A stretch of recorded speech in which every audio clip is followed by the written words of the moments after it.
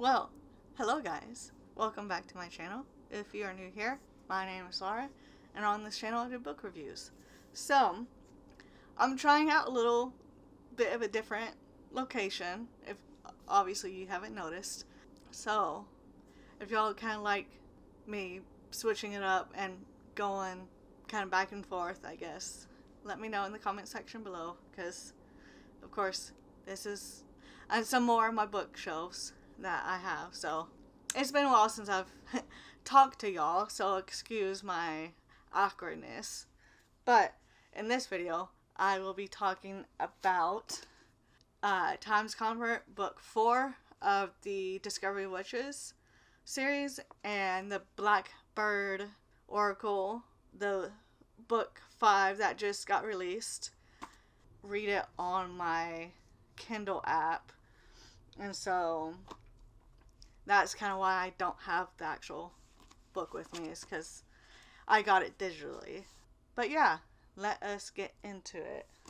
So, I'm gonna just kind of give y'all kind of, I guess you can say, similar to a previous video where I kind of talk about what the book is about, give my star rating, and then kind of delve into my thought process of each. I am kind of going off of my Goodreads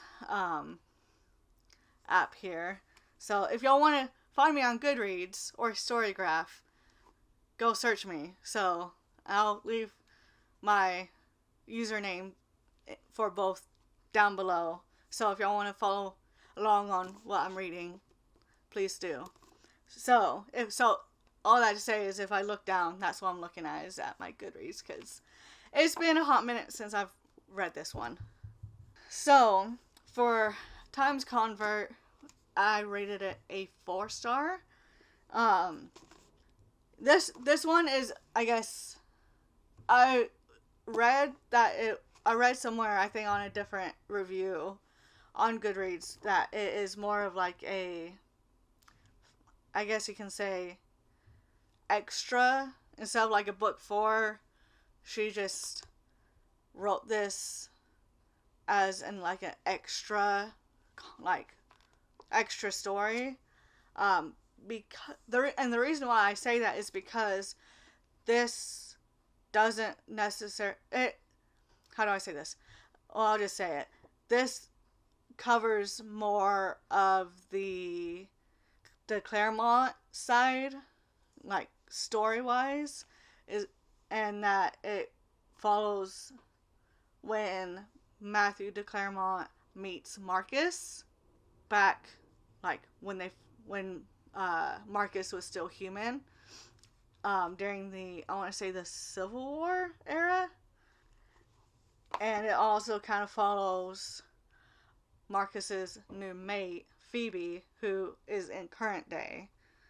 And so we kind of delve into this book, kind of learning the history of who Marcus is and how he went about becoming a vampire and his early years of being a vampire. And then we also follow, we still get kind of snippets of Diana and the twins that are now born, and I want to say, like, during this time frame, they're about a year old, I want to say. And then we also kind of follow Phoebe, because she also is transitioning into becoming a vampire. And so that's kind of what this book is about. It's kind of just like going over all like the details of everything of Marcus's early life as a vampire. Phoebe, we get more information, a little bit more information about Matthew, of who he was back in that time period. So that's kind of what Times Convert is about. At first, when I was first reading it, I wasn't expecting it to be that. Kind of went into it blind. And so it was definitely a bit confusing at first because of all the different POVs, because we obviously get Phoebe's POV, we get Marcus's POV, we get Diana's POV, and I think we get a little bit of Matthew's, if I remember correctly, but I'm not sure. But eventually it did start clicking of like, okay, this is where it's going. But I really enjoyed this book. There were definitely moments where it was more of, because obviously the lore behind, I guess not the lore, but according to like Deborah's books, the vampires are more like uncontrollable in a sense when they first become a vampire, so they have to be like secluded for a while, and because they don't understand their own strength and they're still like babies. But that didn't necessarily happen with Marcus, and he kind of went on a spree of of creating new vampires and going haywire. And so we get a lot of just, I will say, content warnings on this book, because there was a lot of gore. I guess not like gore, but I will say, before you read this, just know that there's some, like, it kind of goes into detail, like the wounds of some of the soldiers during the Civil War. So we do get a lot of just wartime, like, wounds and that kind of thing. And I will also say that there is a moment where Marcus does use a hand weapon to unalive his dad in front of his mom and younger sister. So if you are kind of like not into that, then just know that that's in there. I want to say it was about maybe halfway point, roughly, or a little under halfway when that happens. And then it does kind of talk about, obviously, vampires latching on and doing their vampiric thing, and then unaliving vampires and all that fun stuff. So I just wanted to let y'all know that there are content warnings attached. Not, I don't think necessarily on the book itself, but I'm just doing that. But anyways, I digress. Again, I definitely really enjoyed the fact that I get to kind of see where, because we didn't really get to see like Marcus's backstory in the first 3 books, or really any of Matthew's, I guess, through the lens of Marcus. And so I really appreciate the fact that this book exists, because it was so much fun once I got through the confusion of what's happening. I really did enjoy that, and just being able to see how Marcus was able to, yeah, he was definitely traumatized, which is another thing. There is some not so nice things done to Marcus when he was a child by his father. So I don't want to say much else, or I don't, because of YouTube, but you can probably get my gist. So if that's another trigger warning, so just beware of that going into this book. So it definitely, Deborah did do such a wonderful job, like, yes, being sensitive to that type of thing, but still being like, hey, this is the reality of just these topics. And being able to see how Marcus is going, like, I guess just going through his trauma in that safe environment of talking to Diana and Matthew and everyone at the house. And so I think it was really interesting being, like, having already gone to know Marcus as an adult, and then kind of seeing why he is the way he is, due to his childhood, and getting to kind of see him, I guess, grow up in this book. And then I really also enjoyed kind of watching Phoebe's transformation. It was definitely very interesting to kind of see how Deborah kind of goes into what she thinks how a vampire is, like, reborn, and their transition and how they're secluded and everything, and just the whole de Claremont ideology of how to deal with a newborn vampire. And so I definitely really enjoyed this book, and I would highly recommend it. I would personally reread it. So yeah, that is the Times Convert book 4 of the Discovery Witches book. And then I read The Blackbird Oracle, which came out July 16th.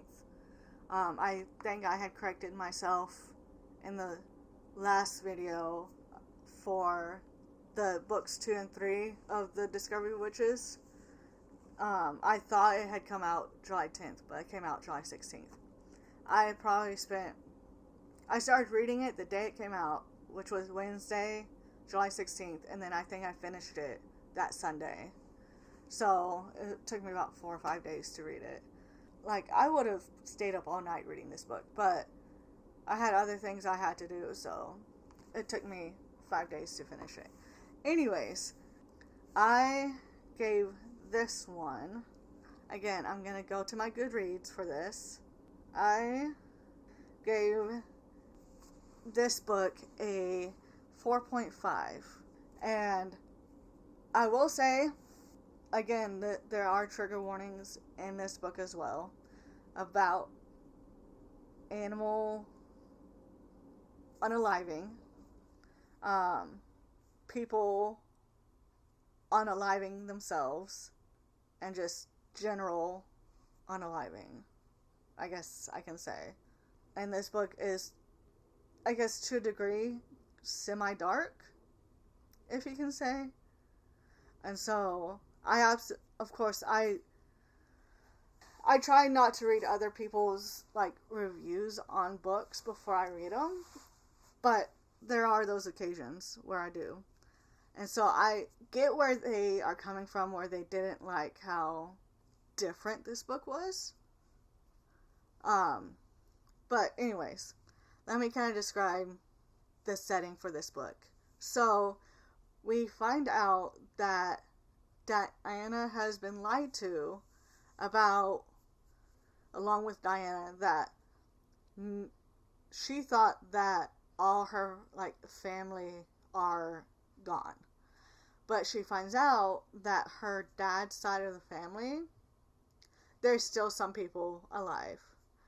And because she gets a group of crows, or blackbirds, come to her home that she shares with Matthew and her two twins, or her twins.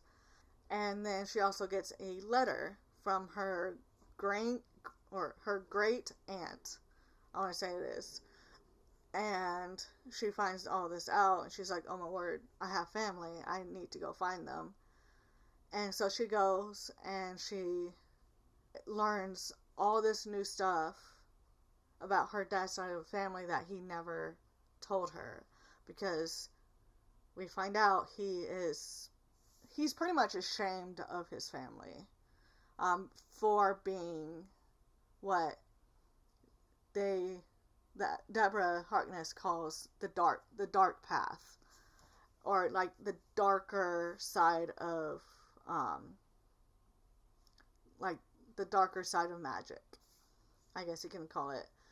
I'm trying not to use specific words in describing all this because I don't want YouTube to like block me or anything. But Diana realizes that she is, I guess, she leans towards this darker path, and she's finding all this out. And instead of going on their normal summer vacation, like they always do, to France, they go to Salem, or the Salem area. Kind of close, obviously, the Salem witch trials were very close by to where her dad's family lives, or what remains of them. And so she starts learning kind of how in book 2, how she kind of, when she time traveled to the Elizabethan England, and she was learning how to do magic and witchcraft there, she kind of does it here as well, but she learns more of like, she uses oracle cards in this book. She kind of learns more of like the darker side. Like, even though her dad didn't want any part of it, the congregation is trying to get to her twins, who at this point are 7 years old, or about to turn 7. And so we have a huge, like, gap. So, and like I said in the previous book, in Times Convert, the twins are about, I want to say, about a year-ish. And so this last book, jumps 6 years into the future. I don't want to give away too much in this book, but I kind of agree with a lot of people that this book seems to have, all the other books really include everyone. Yes, Boo, Matthew, Marcus, Phoebe, like all the characters that we have come to love and to know and love in the other books, they're non-existent in this book. And I don't like that, because we spent so much time with them and learning about them and loving them. That's like, why? Like Yasbul, she gets maybe a chapter worth of time. I'm not going to say where in the book, but she only gets about a chapter or 2 worth of material. Plus maybe a handful of like mentions and conversations. And then for Diana, she seems very much less, again, I'm going off of Goodreads for my notes and stuff. For Diana, she seemed to become very, like, less, like, yeah, she was still strong-willed in this book, but she seemed very toned down. She didn't seem like she had very much strong will to prove herself, or to even be, like, a go-getter. Like, it was still faintly there, but not as, like, much as in the other books. And so, and then the twins, I really enjoyed watching them kind of grow into themselves. And yes, they are still children, but kind of see how they are adapting and loving their life now at Diana's great aunt's house. And like, I really enjoy watching them kind of grow and be kids and just experience life on the property. So I really enjoyed watching them develop and stuff. Matthew. So Matthew was definitely done dirty in this book, I think, because like, his personality showed a little bit in this book, but just generally in this book, it just seemed like everyone's personalities were toned way down, and that their personalities weren't there, and it just seemed like they were more deadpan generally.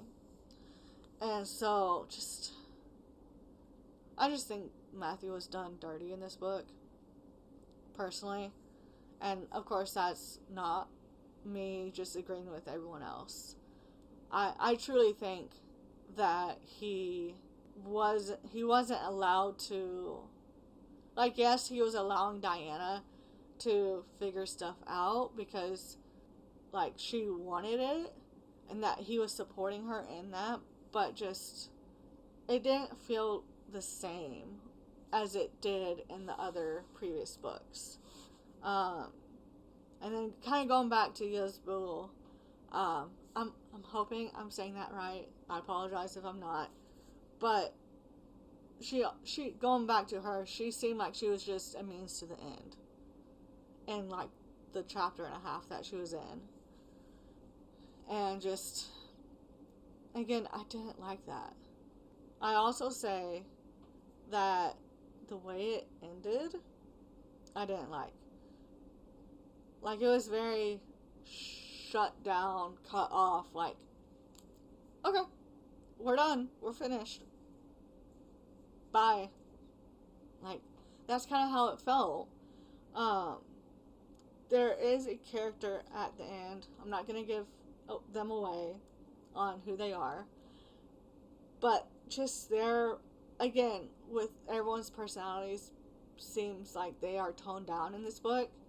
This character, her personality is like even lower, and she's very deadpan and very just neutral and not the I'm gonna pay you back for all of the stuff you did to me type of personality that she had in the previous books.